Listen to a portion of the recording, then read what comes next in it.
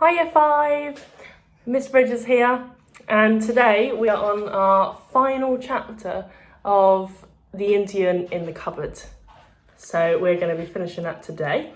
So we're starting on page 207. Okay, so this chapter is called Brothers. Omri had fully intended to go to sleep. Patrick did, almost immediately, but he couldn't, tired though he was. Instead, he lay in the candlelight, his head turned towards the table where Boone lay, and Little Bull sat cross-legged next to him, erect and watchful. Sometimes Omri would close his eyes, but he did no more than doze. Each time he opened them, he would meet Little Bull's unblinking stare. It was partly the rat which kept him awake. It pattered around the floor for hours, making Omri nervous, but it never came anywhere near the men. No, that wasn't the main thing. The main thing was Omri's thoughts. What was he going to do? He would bring Little Bull's woman to life, as he had promised. But then what? It had been hard enough with only one little being to feed, protect, and keep secret. Much harder after Boone came. Now, with the woman, there'd be three. Young as he was, Omri knew that one woman and two men spelt trouble. For all Little Bull's unpredictable moods, his demands, his occasional cruelties, Omri liked him. He wanted to keep him, but he knew, now, that was impossible. Whichever way he thought about it, the end was the same, disaster of some kind. Whatever magic had brought this strange adventure about must be put to use again, to send the little people back to their own place in time. Having decided this, however sadly and reluctant, Omri's stressful thoughts let go their hold on him. He drifted off to sleep. When he opened his eyes again, dawn was breaking. The morning chorus of birds was just beginning. The candle had burnt itself out. The rat had gone to sleep. So had Little Bull, nodding over his bow. Omri peered closely at Boone. The yellow field dressing on his wound moved steadily up and down. His skin had lost the grey look. He was better. Of course, Little Bull shouldn't have gone to sleep, but just the same, he had done his best. Omri slipped out of bed. His blazer was hanging from a hook at the back of his door. He took the paper bag with the woman in it out of the pocket. Moving on tiptoe, he went to the cupboard, took out the plastic soldier, put it in the plastic Indian girl, and locked the cupboard door again. When he heard little movements, he unlocked the cupboard and opened the door a crack, so she wouldn't be frightened in the dark. Then he got back into bed, covered himself up all except his eyes, and stayed perfectly still to watch what would happen. At first, nothing did. Then slowly, stealthily, the door was pushed a little further open. Out crept a beautiful Indian girl. There was enough light in the room now for Omri to see the black of her hair, the chestnut brown of her skin, the bright red of her dress. He couldn't see her expression, but he guessed she was bewildered. She glanced all round, and at once spotted Boone lying on the ground and Little Bull dozing beside him. She approached them cautiously. For a few moments she lingered behind Little Bull, clearly not sure whether she should touch and wake him or not. She decided against it, and circling Boone's feet, sat herself cross-legged on his other side, facing Little Bull. She sat staring at him. The three of them were so utterly still that they might have been plastic again. Then a black bird outside gave a particular loud chirrup, and Little Bull sat up sharply. At once he saw her. His whole body gave a jolt. Omri felt a prickling up the back of his neck. The way they looked at each other, it went on a long time. Then slowly and both together, they rose to their feet. Little Bull spoke to her quietly in his strange rustling language, which did not move his lips. She answered. He smiled. Standing there on either side of Boone, not touching, they talked for some minutes in low voices. Then he put out his hand, and she put hers into it. They stood silently. Then their hands dropped. Little Bull pointed at Boone and began talking again. The little girl crouched down, touched Boone gently and expertly. She looked up at Little Bull and nodded. Then Little Bull looked around the room. He saw Omri. Omri put his fingers to his lips and shook his head as if to say, "Don't tell her about me." Little Bull nodded. He took the girl by the hand and led her to the seed tray, up the ramp and into the longhouse. After a moment or two, he came out again. He ran the length of the table till he stood on its edge, as near to Omri as he could get. Omri leant forward so they could talk quietly. "Do you like her?" Fit wife for chief. Omri realised this was as near to a word of thanks he was likely to get, but he didn't mind. Now Omri hear Little Bull. Women say, "Boone good, not die." Little Bull pleased. Omri take Boone, put in longhouse. Woman take care, give little medicines. He held up the pill boxes. Omri get food, make wedding feast. How can you have a wedding feast with only 2 Indians? Yes, not good. Omri make more Indian. Come to feast, he asked hopefully. When Omri shook his head, Little Bull's face fell. Little Bull, wouldn't you rather have a wedding feast at home with your own tribe? Little Bull was no fool. He understood at once. He stood still, staring at Omri. Omri put in box, send back, he said. His voice was very flat. Omri couldn't tell if he liked the idea or not. What do you think? Wouldn't it be better? Very slowly, the Indian nodded his head. And Boone? Boone too. Make him my brother first. Yes, then I'll send you all back. When? When Boone's well enough. Now that Omri had decided, every day that passed was important because it was one day nearer to the last. Patrick was as sad as he was, but he didn't argue against Omri's decision. It's the only way, really, Patrick said. After that, he didn't talk about it anymore. He just tried to be at Omri's house as much as possible.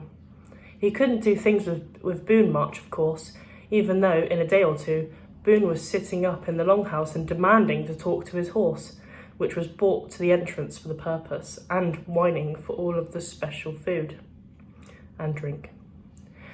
Can't be expected to get much strength back if you won't give me some of the old hard stuff, he nagged. He even pretended to have a relapse.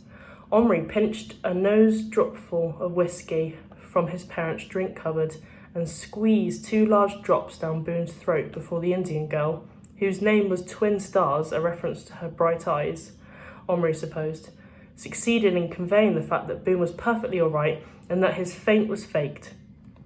Still, after he had had his drink, Boone seemed very much better that Omri and Patrick decided it wouldn't do him any harm. He's used to it after all. And thereafter, Boone got a liquid ration 3 times a day and did very well on it. He'll be ready to go back tomorrow, said Omri on the 4th day, when Boone, having had a leg up from Little Bull, managed to ride his horse round the seed box at a steady walk. They'll probably look after him better than we can, in his own time. A thought struck him, and he fished out of his pocket the drawing Boone had done. Boone, is this your hometown? Sure is. Omri studied it closely under the magnifying glass. Away up the street he saw a little sign reading Doctor. Is he a good doctor? About as good as any out west, I reckon. Fish a bullet out a man's arm or cut his foot off for snake bite as neat as can be.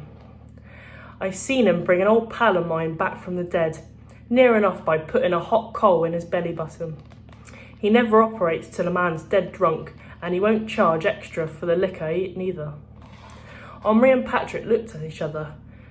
You'd feel like you were in good hands with this doctor looking after you, Patrick asked worriedly. Sure would. Anyhow, don't need no sore bones now. My wound healing up fine. So long as I get my whiskey, I'll be as good as new. Boone bore not the slightest ill will towards Little Bill for having shot him. That there's an Indian natural nature. Pure simple critter could no more help himself then I can keep away from my horse and my bottle. The night before Omri had decided to send them back, they held the blood brotherhood ceremony. I wish we could ask our brothers, said Patrick to Omri at the school that day. Supposing we tell them one day about this, they'll never believe us. Sending them back, said Omri slowly, doesn't mean the magic won't work anymore. I'm going to put the key away somewhere so I won't be tempted, but it'll always be there. Patrick looked at him wonderingly. I never thought of that, he said slowly. So there'd be nothing to stop us, months or even years from now, from bringing Boone and Little Bull back again to visit. I don't know, said Omri. Maybe their time is different from ours. It would be awful if they were old or, but he couldn't say, or dead. Both Boone and Little Bull came from such dangerous times. Omri shivered and changed the subject. As for our brothers coming, he said, all I want of my brothers is to keep that rat in his cage. The rat had been caught by Omri after a long, patient wait with cheese and a fishing net, and Omri had threatened Gillian with the worst fate imaginable if he let it get away again. The two boys went to Yap's after school and bought feast food for the ceremony, salted nuts, crisps, hula hoops and chocolate. Omri bought a quarter of a pound of the best mince at the butcher's for tiny hamburgers. A teaspoon would have been enough, but the butcher wasn't interested in that. They got bread, biscuits, cake and coke from Omri's mother, and Omri sneaked another dropful of the hard stuff, without which Boone would certainly not consider it a festive occasion at all. Omri was rather surprised Boone had agreed to be blood brother to a stinking redskin at all, but he actually seemed rather to fancy the idea. "'Tain't just anyone gets to be blood brother to an Indian chief, you know," he said proudly as he rolled up his sleeve, and Twin Stars carefully swabbed his arm with soap and water. But when he saw Little Bull sharpening his knife on a pebble, he turned pale. "Hell, it'll hurt," he muttered, but Patrick told him not to be a coward. "It's only a nick, it's nothing at all." "Easy for you," retorted Boone. "I ain't sure this is such a nice idea after all." But he cheered up when he saw the campfire being kindled and smelt the meat Twin Stars was cooking on a pointed stick. And when Omri gave him a good swig from the dropper, he swaggered up to Little Bull and offered his arm with a drunken flourish. "Chop away, brother," he said loudly. Little Bull went through a whole routine first, cleaning himself, offering up loud chanting prayers to the spirits and performing a marvellous stamping dance around the fire. Then he nicked his own wrist with the point of his knife. The blood welled up. Boone took one look and burst into tears. "I don't wanna, I changed my mind," he bawled. But it was too late for that. Little Bull seized his arm, and before Boone knew what was happening, the deed was done. Twin Stars bound their wrists together with a stripe of hide, torn from the hem of her red dress. Boone looked at it in a bemused way and said, "Gee whiz, we done it, I'm part Indian." "Well, I guess I can't say nothing against him in the future." Then the two brothers sat on the ground. Little Bull took out a short-stemmed pipe and some rather evil-smelling tobacco, and he and Boone took it in turns to puff at it. Twin Stars served them the cooked meat and all the rest of the feast. Patrick and Omri offered their congratulations and tucked into their own food. They kept the campfire going with tiny bits of broken matchsticks and a bit of coal dust Omri had collecting from the outside bunker, which, when sprinkled on the flame, made it spit minute sparks. Looking at it, and the three little figures around it, the boys gradually lost their sense of size altogether. "I feel as if I were the same as them," murmured Patrick. "Me too," said Omri. "I wish we were all the same size, then there'd be no problem." "Don't be funny. No problems with two full-grown Indians and a crying cowboy. I meant if we were small, if we could enter their world, sleep in the longhouse, ride the ponies." "I wouldn't mind eating one of those hamburgers," said Omri. Twin Stars was now crouched by the fire, tending it, singing softly. One of the horses whined. Boone seemed to have dropped off to sleep, leaning on Little Bull's shoulder. Little Bull alone was aware of the boys watching them. He beckoned to Omri with his free hand. When Omri bent to hear him, he said, Now, you mean, to go back? Good time, all happy, not waiting for morning. Omri looked at Patrick. He nodded slowly. When you go into the cupboard, Omri said, you must hold twin stars, or she may not go back with you. Women go back with little bull. Little bull hold, not let go, and horse. Little bull only Iroquois with horse. But Boone must go separately. Don't drag him back to your time. Your people would kill him even if you are his new brother. Little Bull looked at Boone asleep at his side and at their joined wrists. Then he took his knife and cut the thong that bound them together. Patrick gently lifted up Boone. Don't forget his hat. He'll never forgive us if we let him leave that behind. To be safe, they sat Boone on his horse. Cowboys often ride in their sleep, and he didn't stir as Little Bull led him down the ramp, across the table and up another ramp that Omri stood against the rim of the cupboard. Then Little Bull went back to the seed tray. Carefully, he and Twin Stars pulled out the fire with earth. Little Bull took a last look at his longhouse. Then he put Twin Stars onto his pony's back and led them after Boone. They stood all together in the bottom of the cupboard. Nobody spoke. Omri had his hand on the door when Patrick suddenly said, I'm going to wake Boone up, I don't care. I've got to say goodbye to him. Hearing his name, Boone woke up by himself, so suddenly he nearly fell off his horse and had to clutch the hide pommel on his saddle. What do you want, kid? He asked Patrick, whose face was close to him. You're going home, Boone, and I wanted to say goodbye. Boone stared at him, and then his face slowly crumpled. I can't stand saying goodbye, he choked out as tears began to stream. He pulled a huge, grubby handkerchief from his pocket. I just refuse to say it, that's all. I'll only bust out crying if I do. And he blew a trumpet blast of his nose. Omri and Little Bull were staring at each other. Something else was needed, some special farewell. It was Little Bull who thought of it. Omri, give hand. Omri put his hand forward. The pony braced his legs, but Little Bull held him steady. He took hold of Omri's little finger, drew his knife and pricked it in the soft part. A drop of blood appeared. Then Little Bull suddenly pressed his own wrist against the place and held it there. Brother, he said, looking up at Omri with his fierce black eyes for the first time. Omri withdrew his hand. Little Bull jumped onto the back of his pony behind Twin Stars, holding her around the waist so that she and the pony made one unit which could not be separated during whatever kind of unearthly journey they had to make together through the unknown regions of time, space, proportion. Little Bull raised his arm in the Indian salute. Omri put his hand on the door. He could hardly bear to do it. He had to set his teeth. Boone and his horse stood patiently, but the Indian's pony started to prance and sidle. It put its head and gave a long, challenging neigh. Now, cried Little Bull. Omri drew his breath, closed the door, and turned the key. He and Patrick stood frozen with the sadness, the strangeness of it.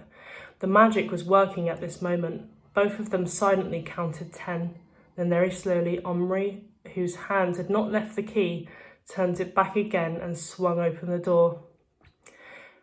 There they were, the two plastic groups, forms, outlines, shells of the real creatures they had been. Each boy lifted out his own and helplessly examined it. The life-giving details were blurred. Plastic can't show fine beadwork, the perfection of hair and muscle, the folds of cloth, the sheen of a pony's coat, or the beauty of a girl's skin. The figures were there, but the people, the personalities, were gone. Patrick's eyes met Omri's. Both were wet. We could bring them back just as quick, he said huskily. No, I know. They're home by now. Omri put his group, the Indian, the girl, and the pony, on the shelf nearest to his bed, where he could easily see it. Patrick slipped the mounted cowboy into his pocket, cupping his hand round it almost as if to keep it warm. Then Omri took the key and left the room. His mother was in the kitchen getting everyone a hot drink before bed.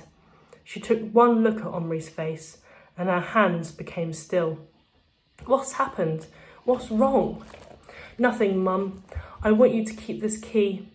I lost it. Luckily I found it again, but you told me it was important. Better if you keep it, please. She nearly refused, but then, looking at him, she changed her mind and took the key from him. I'll get a chain and wear it, she said, like I always meant to. You won't lose it, will you? She shook her head and suddenly reached for him and hugged his face against her. He was shaking. He broke away and ran back to his room, where Patrick was still standing with his hand in his pocket, gazing at the cupboard. Come on, I'm going to put all sorts of medicines in it, Omri said loudly. Bottles of pills and stuff Mum's finished with. We'll pretend it's a doctor's drug cupboard and we can mix lots of them together. His voice petered out. Those were silly games, such as he had played before. He didn't feel the slightest interest in them now. I'd rather go for a walk, said Patrick. But what should I do with the cupboard, said Omri desperately. Leave it empty, said Patrick, in case. He didn't say in case what, but he didn't have to, just to know you could. That was enough. Oh. That's the end. That is the end of The Ending in the Cupboard. Oh, that was a long one, but I found it really exciting and I hope you did too. And I actually really liked the ending. It was very, nice, a bit sad, but also nice too to know that the Indian and the cowboy and twin stars are all in the place they need to be now. Okay. So thank you for listening. And I will hopefully do another video for you guys soon. All right, bye, year 5.